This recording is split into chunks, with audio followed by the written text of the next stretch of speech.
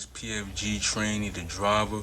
If you want to see what it's like to be a PFG yard jockey, check my page out. I'm basically a yard jockey right now.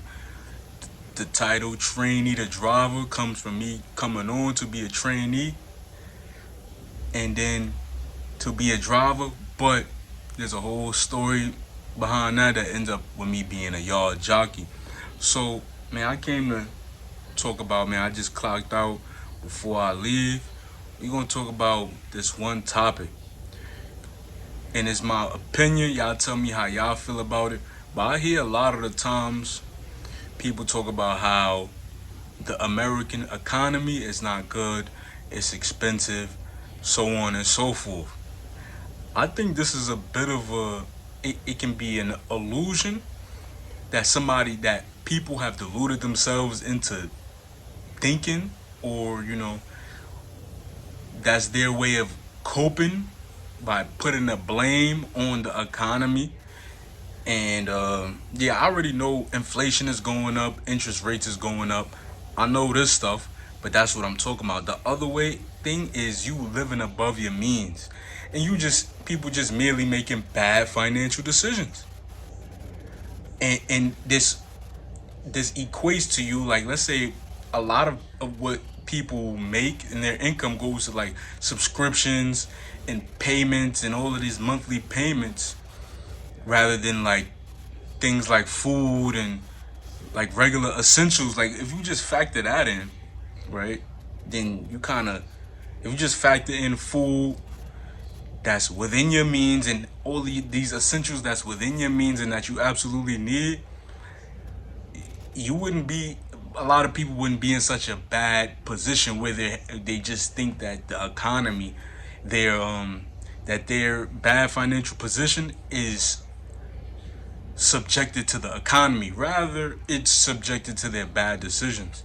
One of those bad decisions that a lot of people, and I don't want to call it a bad decision because it can be a blessing for a lot of people based off how you look at it. And that's another thing. Some people are complainers where they can make anything. They complainers and they point the blame all the time and they just make anything sound terrible, right? But what I was gonna say was, like, things like kids and wife and divorce and baby moms. Like I said, I'm not gonna say, I know a lot of people go through this. I'm not, and that's not why I'm not saying it's a bad decision, but it's just the way you look at it. But these type of decisions that people make early on that they didn't choose to make, but it's just a consequence of a poor or frivolous or flimsy decision they made, and now they have an extra expense that they have to pay for the rest of their life. And that's just, you know that's a lot of people's problems. If a lot of people, they would say, oh, I wish I didn't have kids at the point I didn't have kids at. And why? Because the economy wouldn't seem so bad if you didn't have kids where you had kids at. If you had them at a better position, maybe after you got married to a girl, actually, that child could, oh, so, marriage for me and for the masses is different, right? So, but if you at least factor that into the equation, okay, let me get married to this girl first before I start, having unprotected, what, with this girl, and then all of this stuff, and then I wouldn't feel so. Just that line of thinking would have protected a lot of men, or men specifically in this case, from feeling like the economy is so bad. There's the single men. I guarantee you, the single men out here, just because they single with no kids. That's what I meant to say. Single with no kids. I guarantee you, their perspective on the economy being good or bad is very different and much more positive. It's just that's one of the baseline decisions that changes a person's perspective on the economy altogether, and what's expensive and what's not expensive. And you got the other problem with people just living above their means. People living above their means and they think this is the norm. People thinking, making bad decisions, bad financial decisions, is the norm. Like that's just normal. And of course, you bind it to a lifetime of negative thinking about the economy and finances and expenses and all of that. If that's the case, you bind it to that. You bind it to that forever. And so that's what goes in. You living in you could be living in a studio, but you want to live in a one bedroom. And that's what I say for the single people, right? For the single people, or you could just be working and going home and working and going home. But you want to hang out with friends and spend stuff, all types of stuff, and then you want to be peer pressured. You insecure, so you be peer pressured into paying for stuff just expensive as how your friend pays for stuff. And that's really what it boils down to. And also, we can understand that America is not the only place in the world.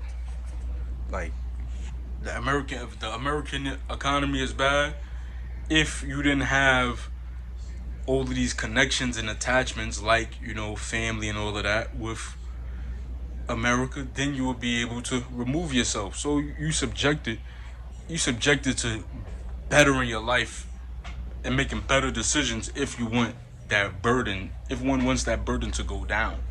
And I feel so, because let's say me personally, I'm gonna get to the meat and potatoes of it. Me personally, I don't feel like the economy is that bad.